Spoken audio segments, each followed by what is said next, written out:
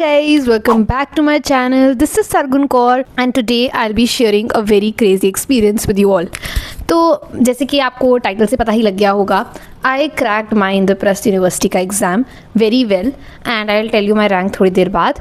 But let me tell you that I was very chill on that day. मेरे parents को भी बोल रखा था कि just you have to pick and drop me. उसके आजू बाजू जो बीच में होगा आई एम नॉट श्योर कि मैं क्या लिख के आऊँगी.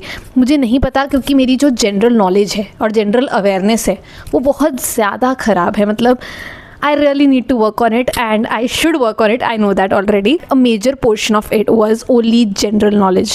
उसके बावजूद मेरा रैंक आया था 231, यानी कि मेरे को टॉप कॉलेजेस मिल सकते हैं आईपी यूनिवर्सिटी के. सेंटर पर गई थी तो मैं अपनी क्लास ढूंढ रही हूँ, कैजुअली ढूंढ रही हूँ. वहाँ जाकर not at all a joke, very seriously saying, लोग मतलब बच्चों के I could see head down कर बैठे थे. पर बहुत ज़्यादा स्ट्रेसफुल माहौल था. पर मैं बहुत ज़्यादा चिल थी बिकॉज जब तुम्हें किसी चीज़ से एक्सपेक्टेशंस नहीं होती है कि इसमें हो ही जाएगा, बहुत मेहनत करी है, तो तुम चिल ही होते हो, तुम इतने डरे नहीं होते हो. तो मैं बहुत ज़्यादा चिल थी. मैं आराम से पेपर लिख रही हूँ, आराम से सोच रही हूँ कि कितने छोड़ने हैं इस पेपर में, कितने करने हैं और कितनों पे ज़्यादा ध्यान देना है. जो मेरा सेक्शन अच्छा है उस पर फोकस करना है, जीके बिल्कुल एंड में करनी है.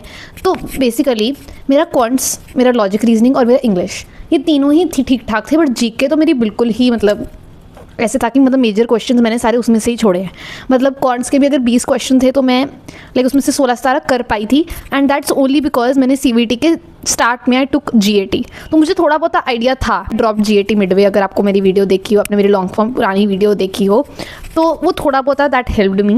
लॉजिक रीजनिंग ईजी ही आता है, मतलब इतना मुश्किल नहीं आता है आईपी. लॉजिक रीजनिंग में इतना डिफिकल्ट होता ही नहीं है. कॉन्ट्स थोड़ा डिफिकल्ट होता है बिकॉज उसके अंदर फॉर्मूलाज अप्लाई होते हैं.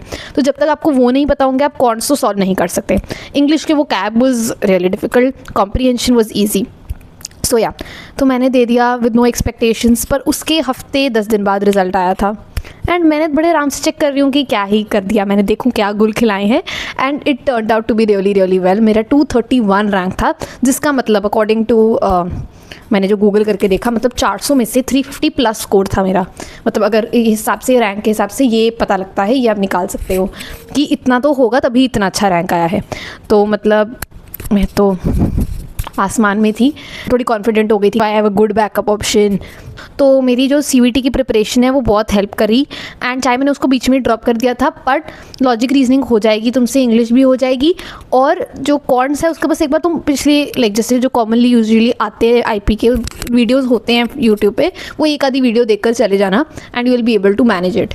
बट अगर तुमने बिल्कुल ही सीवीटी के लिए प्रिपेयर नहीं किया, and you are only appearing for IP university, then you need to think over it. तुम्हें स्टार्ट से प्रिपरेशन थोड़ी सी करके रखनी चाहिए बिकॉज कॉन्ट्स बिना फार्मूला के नहीं होगी. कॉन्ट्स के लिए फार्मूलाज यूज़ करने हैं. 10th क्लास की मैथ्स में करते थे ना, ट्रेन की स्पीड वाला और वो स्ट्रीम वाले क्वेश्चंस, वैसे वाले भी आप मेरी पुरानी वीडियोस देख सकते हो, जिसमें मैंने बताया है कि मेरा सीवीटी का एनालिसिस मैं अगर दूँ तो वो कैसा रहा.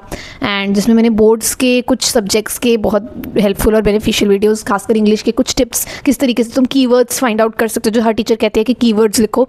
एंड बीएसटी पढ़ने के भी टेक्निक्स दिए गए हैं. Hope you like watching this video. Do subscribe to my channel and bye bye.